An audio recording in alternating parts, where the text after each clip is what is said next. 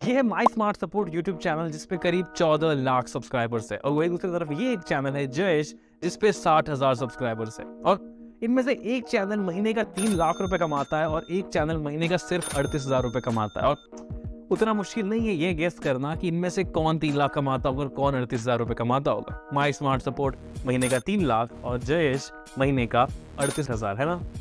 नहीं, मुझे भी जब इसके बारे में पता चला था मेरे भी ऐसे ही होश उड़ गए थे क्योंकि इसकी असलियत एकदम उल्टी है। मुझे भी जब इसके बारे में पता चला था मैंने मैसेज किया जयेश को कि भाई इतने कम सब्सक्राइबर्स में तुमने इतना ज़्यादा पैसे कैसे कमा रहे हो तुम। और जो उसने मुझे बताया वो जान के मेरे होश उड़ गए। एंड उसी के बाद मैंने डिसाइड किया ये सीरीज बनाने का क्योंकि बहुत से लोग कहते हैं कि यार हमारे कम सब्सक्राइबर्स हम पैसे कैसे कमाए या हमारे ज़्यादा सब्सक्राइबर्स हम पैसे क्यों नहीं कमा पा रहे।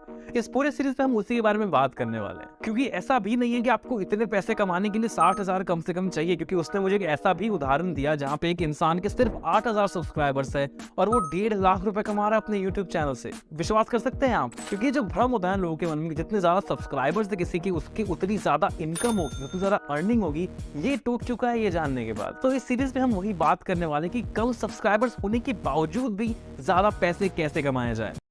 मान लीजिए आप एक क्रेडिट कार्ड कंपनी है एंड आप अपनी क्रेडिट कार्ड का प्रमोशन करवाना चाहते हैं। अब जाहिर सी बात है कि आप फाइनेंस के यूट्यूबर्स को ढूंढेंगे क्योंकि आपकी जो ऑडियंस है जिनको आप टारगेट करना चाहते हैं और जो फाइनेंस यूट्यूबर की ऑडियंस है दोनों सेम है। तो जाहिर सी बात है कि अगर आप उनसे प्रमोट करवाते हैं, आप उनसे अपने क्रेडिट कार्ड का एडवर्टाइजमेंट करवाते हैं तो आपको अपनी ऑडियंस तक पहुंचने में ज्यादा आसानी होगी। आपको ये जान के हैरानी होगी कि 10,000 सब्सक्राइबर वाले फाइनेंस यूट्यूबर्स भी अपने एक पोस्ट का 2 से 4 लाख रुपए चार्ज करते हैं, जो कि एक नॉर्मल यूट्यूबर जो कि मान लो प्रैंक वीडियो बनाता है, कॉमेडी वीडियो बनाता है, 1 मिलियन सब्सक्राइबर होने पे कमाता है। सो इससे हमें अपनी पहली सीख मिलती है कि अगर आप किसी स्पेसिफिक जगह पे किसी स्पेसिफिक टॉपिक पे वीडियोस बनाते हैं ना तो ब्रांड्स के लिए भी आप एक बहुत ज्यादा आकर्षक डील बन जाते हैं, क्योंकि जो आपकी ऑडियंस है ना वो आपकी बहुत ज्यादा वैल्यू बढ़ा देती है। जैसे कि अगर आप कोई जेनेरिक चीज है जैसे कि comedy video, vlogging, prank videos, music videos करेंगे तो वहाँ पे एक तो कंपटीशन बहुत ज्यादा है, वहाँ पे ऑलरेडी बहुत सारे लोग हैं जो वो चीजें कर रहे हैं, तो ब्रांड्स के लिए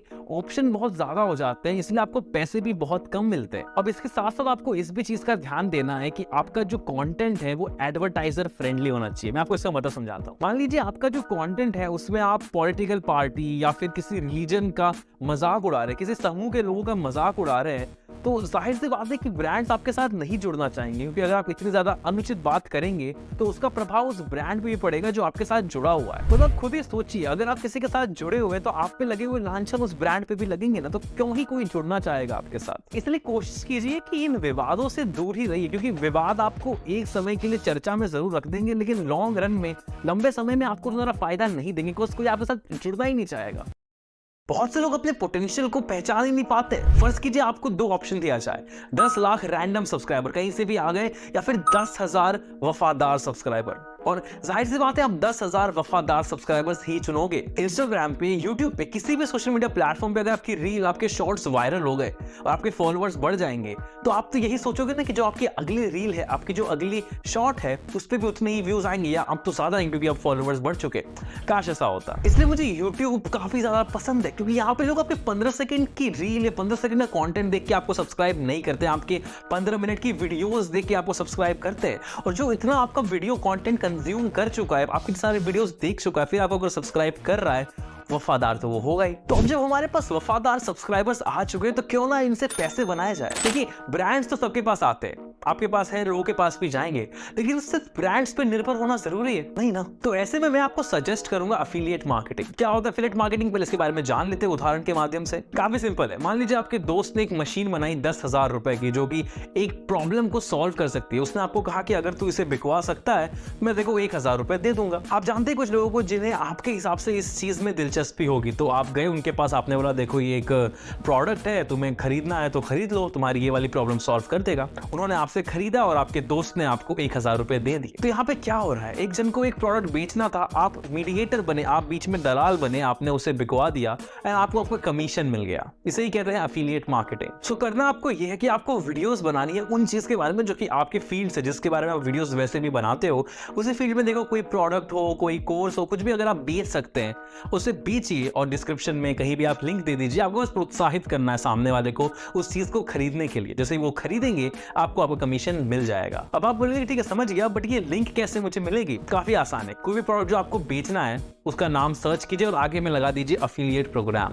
आपको हर एक प्रोडक्ट का लगभग अफिलिएट लिंक मिल ही जाएगा। हालांकि अगर आपको वो भी मेहनत नहीं करनी है तो आप एक बार फ्लिपकार्ट और अमेजॉन इन्हीं के प्रोग्राम्स को ज्वाइन कर सकते हैं। अगर आपको फ्लिपकार्ट और अमेजॉन पे वो प्रोडक्ट मिल जाता है, आप सीधे उनकी लिंक अपने इसमें डाल सकते हैं। बहुत ज़्यादा मेहनत नहीं लगती है इन एफिलिएट प्रोग्राम्स को ज्वाइन करने में। ये एक ऐसा तरीका है जिसमें पैसे भी बनाए जा सकते हैं। इसमें आप किसी को ठग भी नहीं रहे हो। जो आपका जनरल रिव्यू है, जो आपको लगता है किसी प्रोडक्ट के बारे में, उसके बारे में बता रहे हो, अगर लोग खरीद लेते हैं तो इसमें आपका नुकसान नहीं है, ना ही लोगों का नुकसान है।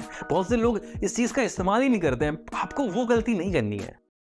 अब मान लीजिए कि आप हजारों लोगों को जानते हैं जो कि आपके दोस्त के प्रोडक्ट को खरीद सकते हैं और आप खरीदवा रहे हैं। आप 1000 रुपये हर एक सेल पे ले रहे हैं, लेकिन आपको एहसास हुआ कि यार ये तो मैं भी बना सकता हूँ। आपने थोड़ी मेहनत करी, थोड़ा सा समय लगाया और फिर आपने वो प्रोडक्ट खुद बना लिया। एंड अब आपने अपना ही प्रोडक्ट बेचा, अपने दोस्त का प्रोडक्ट नहीं बिकवाया। और आपने ध्यान दिया कि यार अब तो मैं पूरा मुनाफा रख पा रहा हूँ, मुझे सिर्फ 1000 रुपये नहीं मिल रहे, मैं पूरा मुनाफा रख पा रहा हूँ।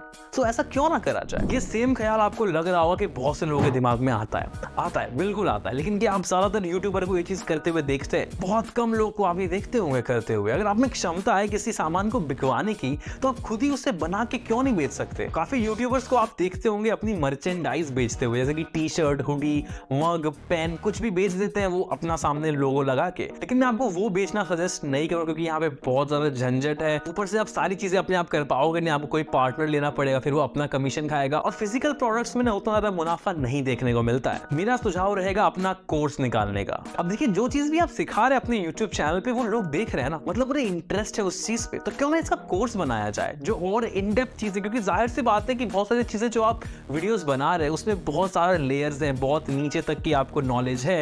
एंड जो आपको फॉलो कर रहे हैं, जो आपको देख रहे हैं, उन्हें वो नॉलेज चाहिए। तो उसी का कोर्स क्यों ना बनाया जाए? और कोर्स बनाने का एक और फायदा ये होता है कि आपको सिर्फ एक बार मेहनत करनी है शूट करने में, लिखने में, एडिट करने में, लेकिन आप जिंदगी भर उस बात से पैसे कमा सकते हैं। अंकुर वाली को कोई देख लीजिए आप। वही अगर आप कोई फिजिकल प्रोडक्ट बेचते हैं तो वहां पे आपको हर बार पैसे देने पड़ेंगे उसके बनने में और उसके पैकेजिंग में, लेकिन यहाँ पे आपको कोई पैसे देने नहीं पड़ेंगे एक बार आपने बना दिया। एक और सजेशन मैं आपको देना चाहूंगा, वो है कंसल्टेंसी। अगर आप किसी चीज में लोगों की मदद कर सकते हैं तो उन्हें चार्ज कीजिए उस बात का, क्योंकि आपके पास जो जानकारी है ना वो ज्यादातर लोगों के पास नहीं है, इसलिए वो आपकी वीडियोस देख रहे हैं। तो अगर कोई आपको कहता है कि यार मुझे ये चीज अपने लिए चाहिए, जैसे आपको एग्जांपल देता हूं, मैंने बिजनेसेस के बारे में काफ़ी वीडियोस बनाई हैं, लेकिन मुझे फिर लोग कहते हैं कि ठीक है सर आपकी बात मैं समझ गया, लेकिन मुझे ये अपने बिजनेस में अप्लाई करनी है। मैंने कहा ठीक है आ जाओ, कंसल्टेंसी मेरी ले लो। मैंने उसे आधे घंटे समझाया, चीज़ें हमने एनालाइज करी, मैंने उसके पैसे लिए। आधा घंटा मैंने काम किया, 5000 रुपये मिल गए मुझे। आप भी ये चीज़ कर सकते हैं। तो बात की एक बात ये कि अगर आपको किसी चीज़ के बारे में नॉलेज है ना, तो उसे शेयर कीजिए और फ्री में शेयर मत कीजिए, पैसे लीजिए। ज़्यादा नॉलेज शेयर करने के ज़्यादा पैसे लीजिए। देखिए, मेरा तो ऐसा मानना है किसी भी चीज़ में थोड़ा सा भी समय दिया जाए ना तो उससे पैसे बनाए जा सकते हैं। आपको इंटरनेट पे बतेरे वीडियोस मिल जाएंगे जो कि आपको चीज़ें बता रहे, लेकिन अगर आप ध्यान देंगे ना वो सिर्फ हवा में बात कर रहे हैं। उन्हें प्रैक्टिकली कभी वो करके दिखाएंगे नहीं और ना ही आप कर पाओगे। उन चीज़ों का असल जिंदगी से कोई लेना देना होता भी नहीं है। इसलिए मेरी कोशिश यही थी इस पूरी सीरीज में कि मैं उन्हीं चीज़ों के बारे में बात करूँ जो कि प्रैक्टिकल है, जो कि लोग कर चुके हैं, लोग करते हुए आए हैं और जिससे श्योर है कि आप पैसे कमाओगे। अब ये सीरीज आपने देख लिया ना यहाँ तक, तो इससे मैं ये तो जरूर कह सकता हूं कि आपको पता चल चुका है कि आपके लिए क्या आवश्यक है और क्या टाइम वेस्ट है। लेकिन ऐसा नहीं है कि यहां से बात खत्म हो चुकी, यहां से तो उल्टा शुरू हुई है आपकी जर्नी। मगर एक चीज का आपको ध्यान ये रखना है कि कभी भी अपना ध्यान कंटेंट से नहीं हटाना है, क्योंकि आपके पास जो लोग आ रहे हैं, जो ब्रांड्स आ रहे हैं, वो आपके कंटेंट की वजह से आ रहे हैं। अगर इन सब के बारे में सोचते सोचते आपका कंटेंट ही हिल गया तो फिर कुछ फायदा है नहीं उस चीज का। मैं आपको डरा नहीं रहा हूं, बस आपको ये आगाह कर रहा हूं कि पैसों से ज्यादा जरूरी है फिलहाल आपके लिए कंटेंट। जब तक आप कंटेंट अच्छा डिलीवर कर रहे हैं, लोग आप में विश्वास कर रहे हैं, लोग आपको देख रहे हैं, आपके पास ब्रांड्स आ रहे हैं, तो कंटेंट के साथ कभी खिलवाड़ मत कीजिए। सो आई होप इतना आप समझ गए होंगे। समझदार तो आप वैसे हैं ही यहाँ तक, अगर आपने सीरीज देख ली है तो इस वीडियो पे जो रिस्पॉन्स आएगा उससे मैं डिसाइड करूंगा अगर आपको ये चीज़ पसंद आई है नहीं, और मैं इसके ऊपर और वीडियोस लाऊंगा अलग टॉपिक पे। ये सीरीज यहाँ तक देखने के लिए धन्यवाद।